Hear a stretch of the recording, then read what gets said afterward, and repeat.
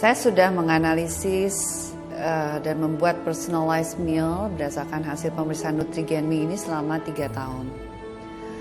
Kalau pasien tersebut mempunyai hasil Nutrigenmi, itu sangat membuat saya mudah banget membuat personalized meal tersebut. Saya tidak usah trial and error, tidak usah mencoba-coba apakah mungkin diet ini ya, apakah mungkin diet ini. Karena kalau sudah ada pemeriksaan Nutrigenmi ini, saya sudah tahu berapa kalori yang sebaiknya saya berikan, berapa kalori sebaiknya yang saya hitungkan untuk pasien saya. Gimana dengan proteinnya, itu saya bisa dapat pedoman juga dari sini. Diet yang paling sesuai itu yang mana, saya sudah dapat pedoman sehingga penurunan yang dicapai akan lebih cepat dan lebih berhasil. Karena kita tahu apa yang terjadi di dalam tubuhnya, diet apa yang cocok, dan olahraga apa yang cocok.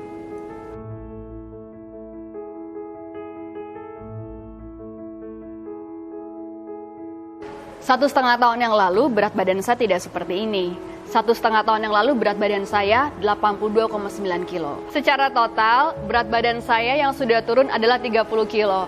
Lalu orang banyak bertanya dong, gimana sih dietnya? Lapar nggak dietnya? Pusing nggak dietnya? Susah nggak? Enggak sih.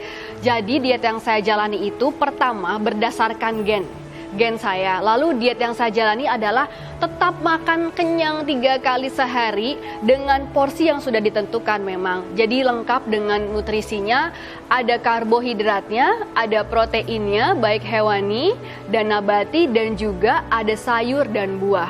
Jadi diet yang saya jalani tetap sama seperti orang lain makan makanan dengan 3 kali sehari dan lengkap, tidak ada pengurangan sama sekali. Jadi tidak hanya makan protein atau karbonya nggak usah ya, atau sayur aja setiap hari. Enggak, saya makan tetap 4 sehat 5 sempurna dengan asupan yang sudah ditentukan memang. Dan paling saya menggantinya contohnya seperti beras putih saya ganti dengan beras merah, kemudian saya mengurangi gula dan garam, dan juga saya mengurangi tepung putih. Tepung putih saya kurangi karena saya memiliki intoleransi terhadap tepung putih. Selebihnya saya tidak pernah merasa lapar, dan bahkan saya sempat komplain beberapa kali nih sama dokter gizi saya karena saya udah nggak sanggup lagi menghabiskan jatah makanan yang seharusnya untuk pemenuhan kebutuhan vitamin dan mineral saya. Nah, biasanya kalau begitu saya masih punya slot tuh untuk tidak memakan atau menghabiskan porsinya, kemudian saya perbanyak dengan sayuran saja atau buah saja. Selebihnya saya nggak pernah lapar sih. Dalam memonitor perkembangan apa yang terjadi di dalam tubuh pasien saya biasa memonitor dari alat body composition ini. Jadi di sini kita bisa lihat apa yang terjadi dengan lemaknya, apakah lemaknya turun, ataukah ototnya turun juga terpakai. Bagaimana dengan cairannya? Di situ bisa kita lihat apa yang terjadi di dalam. Bagaimana cairan di dalam selnya, cairan di luar selnya. Demikian juga kalau dia bengkak. Jadi kalau dia ada bengkak di sisi tubuh tertentu, itu terlihat juga dari timbangan ini.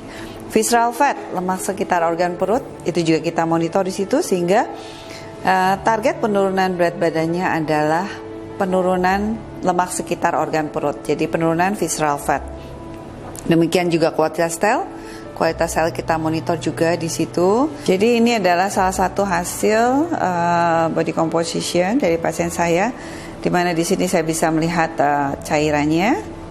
Selain berat badannya, otot juga terlihat di sini. Ini bisa kita lihat kalau ototnya sudah normal, dalam posisi normal. Lemaknya juga sudah masuk dalam posisi normal, tapi ini yang akan kita lebih turunkan, di mana persentase lemaknya juga ini ditargetkan adalah dalam kondisi normal. Demikian juga otot-otot sekitar di kaki, di tangan, ini akan terlihat bagaimana penurunannya. Jadi kalau ada salah satu area yang penurunannya kurang baik, itu bisa diarahkan lagi baik untuk olahraganya ataupun makanannya. Nah, pemeriksaan genetik ini akan menjadi pedoman juga untuk menentukan diet mana yang sesuai. Jadi saya rasa dari pengalaman saya, pemeriksaan Nutrigenmi ini dapat menjadi pedoman untuk kita diet, pedoman untuk kita supaya menjadi lebih sehat.